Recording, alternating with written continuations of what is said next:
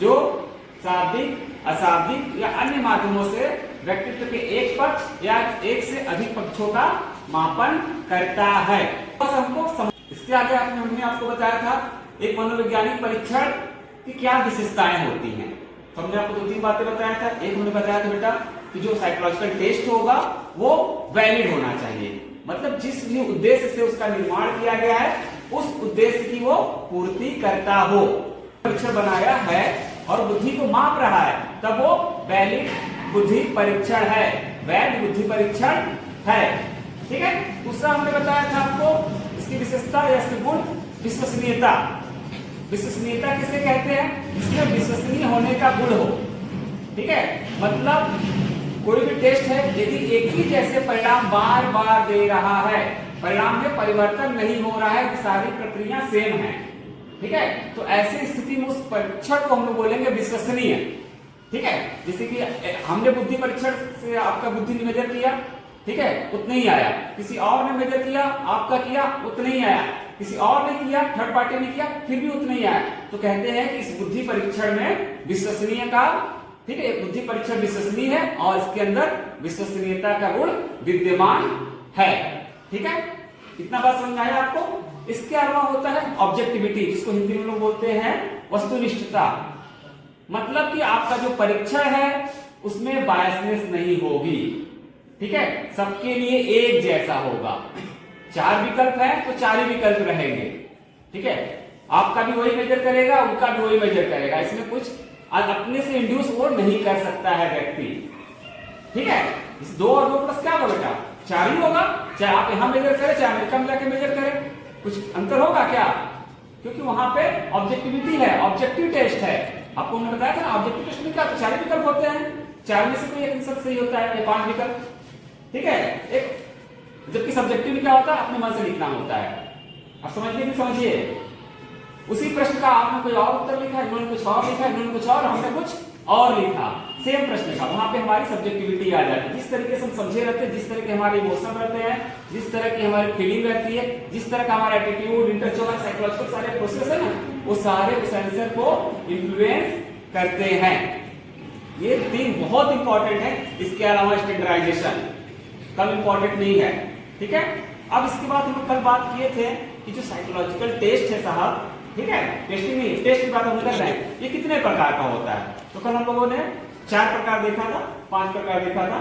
ठीक है, उसमें से 4 को आपको याद रखने ही चाहिए, उससे कम में काम नहीं चलेगा।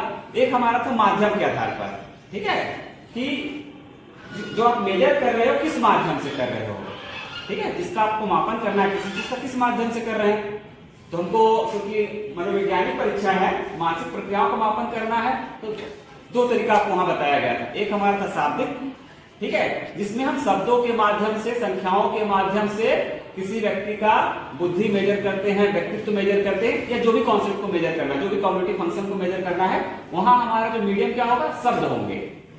ठीक है, जिसे हम लोग कहते हैं ना किसी का जनरल नॉलेज चेक करने के लिए पूछ लेते हैं, भाई बताओ कैपिटल ऑफ इंडिया क्या है? पटना क्या है? इसके अलावा हमारा होता है अशाब्दिक। अब यहां पे हमको शब्द से नहीं कुछ काम है।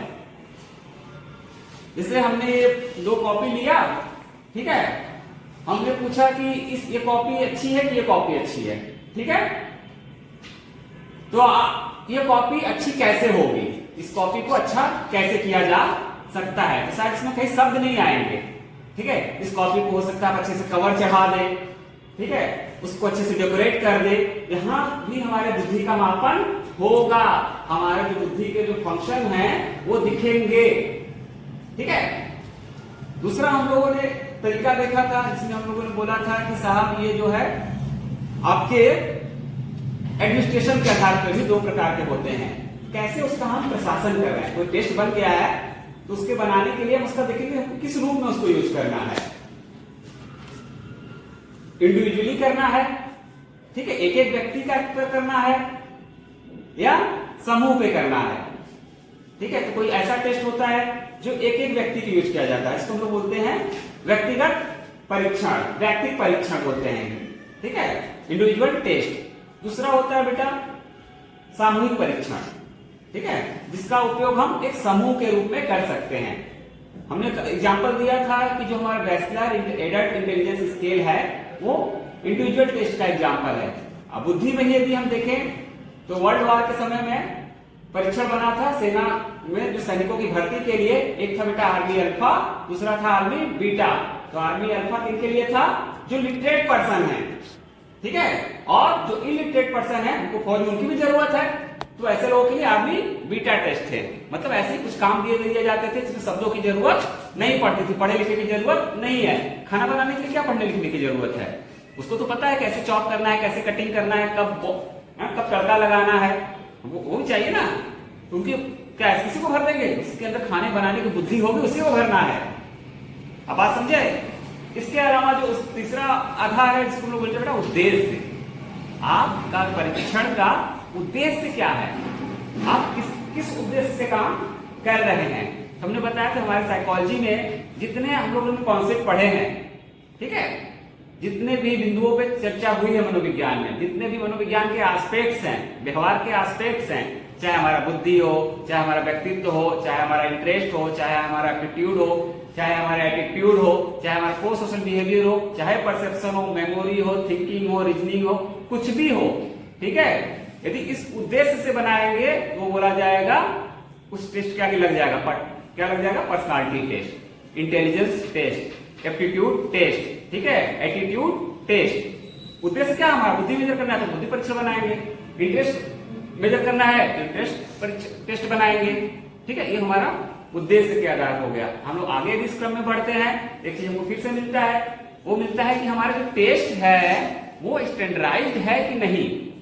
ये क्योंकि हमने आपको परिभाषा में पढ़ाया था कि ये मानकीकृत यंत्र है, स्टैंडर्डाइज्ड टूल है, मगर कई बार ऐसा होता है कि जो एक्सप्लोरेटरी नेचर का रिसर्च हो रहा है, ठीक है, जिसमें कुछ पहले से ज्ञात नहीं है, तो वहां पे तो कुछ स्टैंडर्डाइज्ड टूल होगा ही नहीं, तो वहां पे फर्स्ट टाइम टूल बनाना पड़ेगा जो रिसर्चर या टीचर बनाएंगे। एक हमारा होता है बेटा स्टैंडर्डाइज्ड टूल, दूसरा होता है अनस्टैंडर्डाइज्ड टूल, ठीक है, स्टैंडर्डाइज्ड टेस्ट यानी मानकीकृत परीक्षण, दूसरा अमानकीकृत परीक्षण। क्लियर है? यदि इसके आगे हम लोग बढ़े हैं, ठीक है, अमानकीकृत वाले बेटा टीचर मेड टेस्ट बोला जाता है, ठीक है, शिक्षक द्वारा बनाया गया परीक्षण। नेक्स्ट हम लोगों ने बात किया था आपके समक्ष कि ये टेस्ट बनता कैसे है, ठीक है, इसमें बहुत सारे स्टेप्स हैं। तो कल हम लोगों ने जो चर्चा किया था कि आइटम राइटिंग इसका प्रथम चरण है। हमने बोला था कि बिल्कुल लिखने के लिए आइटम राइटिंग पहला चरण है, मगर आइटम राइटिंग से पहले इसकी प्लानिंग करनी पड़ती है, और आइटम राइटिंग पहला स्टेप जो है उसके लिए आपको बहुत मेहनत करने की जरूरत है। इसका अभिप्राय यह है कि आइटम आप लाओगे कहां से, ठीक है, तो पहले तो आपको उद्देश्य होना चाहिए किसके लिए परीक्षण बनाना है, और जिसके लिए परीक्षण बनाना है उस कॉन्सेप्ट को पिन पॉइंट ऑपरेशनली डिफाइन होना जरूरी है।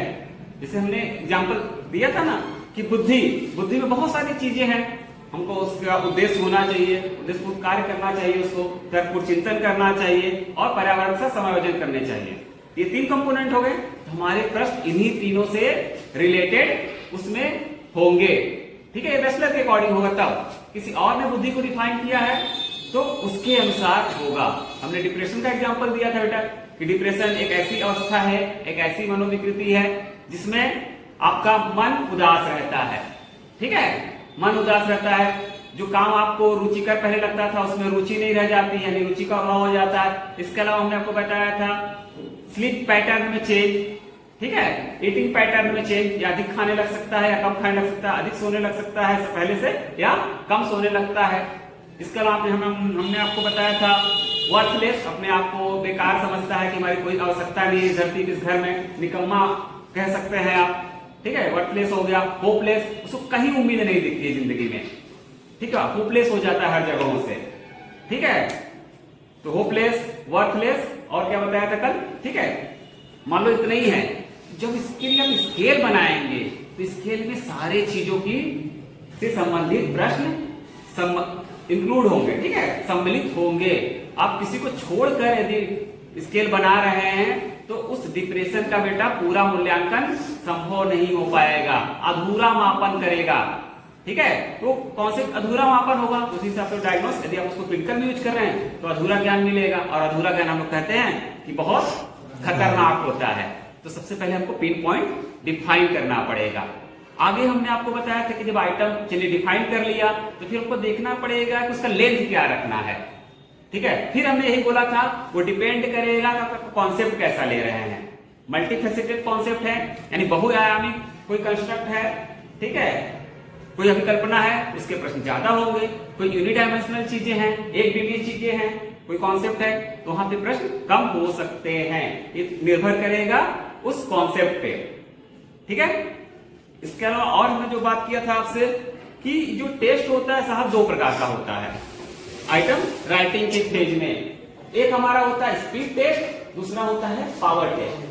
तो हमने कल आपको बताया था स्पीड टेस्ट वह परीक्षा होता है, ठीक है, गति परीक्षा वह परीक्षा होता है जिसमें हम किसी कार्य को करने की या मानसिक क्रिया को करने की गति को देखते हैं कि कोई कैलकुलेशन कितना जल्दी कर सकता है, ठीक है, कोई कितना जल्दी किसी चीज को रिट्राइव कर सकता है, कितना जल्दी उसका परफॉर्मेंस कर सकता है, प्रतिपादित कर सकता है। जबकि दूसरा पावर टेस्ट कहता है पढ़ने की आदत लग जाए, जान हमेशा नहीं हमसे जुड़े ही रहे, ठीक है। तो पहला जो स्टेप था वो था हमारा परियोजना, ठीक है, प्लानिंग ऑफ द टेस्ट, ठीक है, कि टेस्ट को कैसे बनाते हैं सबसे पहले उसकी प्लानिंग करते हैं। तो प्लानिंग में करते क्या है, हम ये देखते हैं कि जो हम जिसके लिए हमको टेस्ट बनाना है, जिस कॉन्सेप्ट के लिए बनाना है, ठीक है, वो कॉन्सेप्ट है क्या, पहले हम समझाया हुआ है एग्जैक्टली उसको पिन पॉइंट डिफाइन होना चाहिए, ठीक है। पिन पॉइंट डिफाइन होने का तात्पर्य है उसका ऑपरेशनली डिफिनेशन, हिंदी में बोलते हैं संक्रियात्मक परिभाषा, उसको कैसे परिभाषित किया गया, उस परिभाषा के अनुसार ही हमको उस टेस्ट का निर्माण करना पड़ेगा। जिसे हम पूर्व की क्लास में एग्जांपल दिए हैं, यदि आप बैचलर के इंटेलिजेंस की परिभाषा के अनुसार यदि टेस्ट बनाओगे तो आपके टेस्ट में 3 डायमेंशन होंगे, ठीक है। पहला होगा एक्ट पर्पसफुली, उद्देश्यपूर्ण कार्य, उससे रिलेटेड कुछ प्रश्न होंगे। दूसरा होगा थिंक रेशनली, तर्कपूर्ण चिंतन, उससे रिलेटेड कुछ प्रश्न होंगे। और चौथा है एडजस्टमेंट, ठीक है, समायोजन से रिलेटेड कुछ प्रश्न होंगे। दूसरा एग्जांपल हम देते हैं अक्सर आपको डिप्रेशन का, यानी अवसाद या विषाद का। अब विषाद को कैसे ले रहे हैं, किसके अनुसार ले रहे हैं। यदि विषाद के हम 7 लक्षणों को देखते हैं, ठीक है, जहां पे हमारा पहला है अपसेट मूड, ठीक है, उदास मन या मनोदशा में परिवर्तन, ठीक है, उससे रिलेटेड हम प्रश्न रख सकते हैं कि रोने का मन करता है कि नहीं, दुखी लगता है, अब दुखी महसूस कर रहा है क्या, ठीक है। दूसरा हमारा लॉस ऑफ इंटरेस्ट से हो सकता है, मतलब कि आपकी रुचि का अभाव। रुचि का अभाव का अभिप्राय क्या है, जिन कामों में पहले आपका मन लगता था उस कामों में भी मन नहीं लग रहा है, तो डिप्रेशन का इंडिकेटर्स हो सकता है, उससे रिलेटेड प्रश्न। लॉस ऑफ एपिटाइट, ठीक है, भूख में कमी या चेंज कह सकते हैं, पैटर्न में चेंज, इसके भूख के, या तो बहुत ज्यादा लगने लगेगा या तो कम लगने लगेगा। इसी प्रकार के स्लीप पैटर्न में चेंज, बहुत सो रहा है तो भी डिप्रेशन और बहुत कम सो रहा है तो भी डिप्रेशन हो सकता है, ठीक है। इसके अलावा हम बात करते हैं वर्थलेस, अपने आप को सिग्निफिकेंट नहीं समझता है, समाज के सार्थक नहीं समझता है, आम भाषा में बोलते हैं अपने आप को निकम्मा समझता है। होपलेस, उसको जिंदगी में कहीं उम्मीद ही नहीं लगती है कि कुछ मेरा हो सकता है, ठीक है। होपलेस हो गया, वर्थलेस हो गया, हेल्पलेस, उसको लगता है कोई सहायता करने वाला ही नहीं, अब कुछ हो ही नहीं सकता है मेरा, ठीक है। ये सारे इंडिकेटर्स आपको यदि डिप्रेशन मेजर करने हैं तो इससे रिलेटेड प्रश्न आपके प्रश्नावली में या स्केल में सम्मिलित होने चाहिए, तब जाके आप एक उसके संबंधित प्रश्न का निर्माण कर सकते हो, एकांश का निर्माण कर सकते हो, पद लेखन की प्रक्रिया शुरू होगी। अब पद लेखन में बहुत सारा हमको ध्यान रखना है, पहले हमने आपको बताया था पद हमको ऐसे लिखने हैं, ठीक है। तो पद से रिलेटेड तो बात हुई थी कि पद साहब कई प्रकार से हो सकते हैं, ठीक है। एक हमारा ऑब्जेक्टिव हो सकता है, सब्जेक्टिव हो सकता है, सब्जेक्टिव टेस्ट ऑब्जेक्टिव टेस्ट के फॉर्म में हो सकता है, ठीक है, जिसको हम लोग ओपन एंडेड या क्लोज एंडेड कहते हैं। दूसरा हमारा हो सकता है स्पीड टेस्ट बना ले या पावर टेस्ट बना ले। स्पीड टेस्ट के बारे में हमने कल चर्चा किया था कि सामान्यतः यह आपकी इस गति को देखता है, गति का मापन करता है, जबकि पावर टेस्ट आपकी योग्यता का मापन करता है। जैसे क्लरिकल जॉब में स्पीड टेस्ट होते हैं, ये आता है, ठीक है, आपको पता होना चाहिए। और योग्यता को देखने के लिए समय सीमा नहीं होती, जबकि वहां पे समय सीमा होती है। इसके अलावा यदि हम पद बना रहे हैं तो पदों की संख्या, वो भी कहां से हमको मिलेगा, उसी कॉन्सेप्ट से। यदि मल्टीफेसेटेड कॉन्सेप्ट है, बहुविमीय कोई कॉन्सेप्ट हमने लिया है, ठीक है, तो उसके जो प्रश्नों की संख्या होगी अधिक होगी, इसके तुलना में जो एक डायमेंशनल है, ठीक है, यूनिडायमेंशनल कॉन्सेप्ट है, एक विमीय है, तो वहां पे प्रश्नों की संख्या कम होगी। तो प्रश्नों की संख्या निर्धारित आपके उस जो वेरिएबल लिए हैं उस पे करेगा, ठीक है। यदि हम कहते हैं कि 20 से 40-50 प्रश्न तक रखिए, मॉडरेट लेवल है, ठीक है, 2 प्रश्न मत रख लीजिए, 4 प्रश्न मत रख लीजिए, इनकम्प्लीट मेजरमेंट होगा। और बहुत ज्यादा जब प्रश्नों की संख्या हो जाएगी तो आपका जो सब्जेक्ट जिसके लिए आप मेजरमेंट टूल बना रहे हो वो बोर्डम का शिकार होगा, ठीक है, वो बोर हो जाएगा। जो आपको प्रत्युत्तर चाहिए वो उचित मात्रा में आपको नहीं मिलेगा, ठीक है।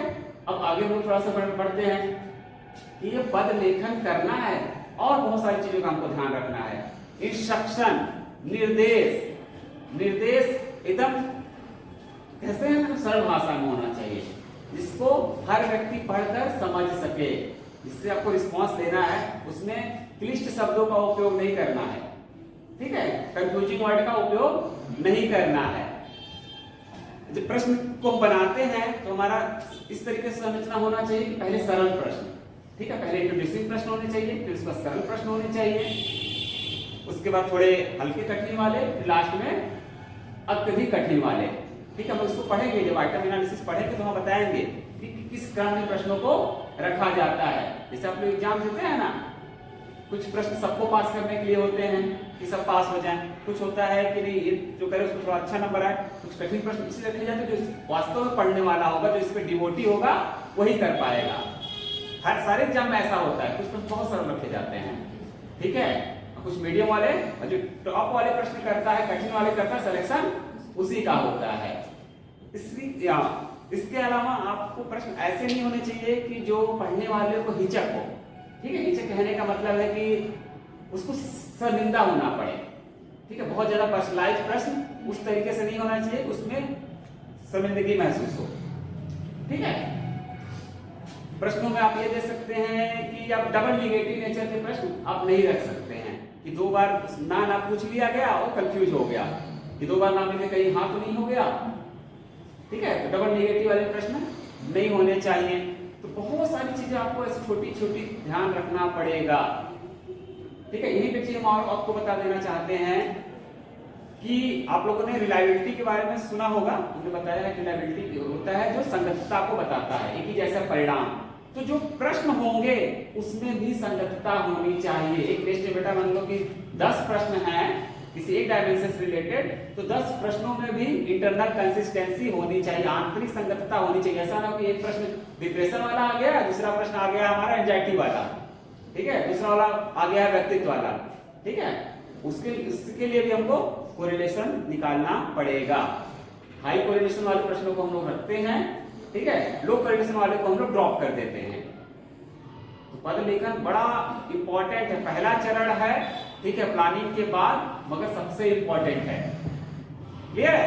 नेक्स्ट स्टेप यदि हम लोग बात करें टेस्ट कंस्ट्रक्शन के, तो उसको बोलते हैं बेटा आइटम एनालिसिस। पहला चरण हो गया आइटम राइटिंग, दूसरा है आइटम एनालिसिस।